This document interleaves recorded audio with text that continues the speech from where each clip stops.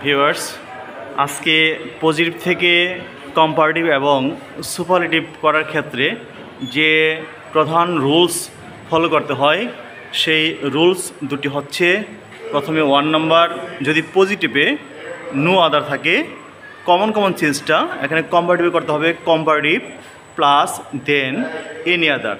এরপরে সেটা সুপারলেটিভ করতে হবে আগে পরে চেঞ্জ করে মেন পরিবর্তন যেটা সেটা হচ্ছে দ্য সুপারলেটিভ ফর্ম। এরপরে দ্বিতীয় নাম্বার রুলসটা হচ্ছে, যদি পজিটিভে ভেরি ফিউ থাকে তাহলে এখানে মেন যে অ্যাডজেক্টিভ আছে সেটা পরিবর্তন করতে হবে কম্পারেটিভ ফর্ম। তারপর প্লাস দেন মোস্ট আদার নিতে হবে প্রধান পরিবর্তন।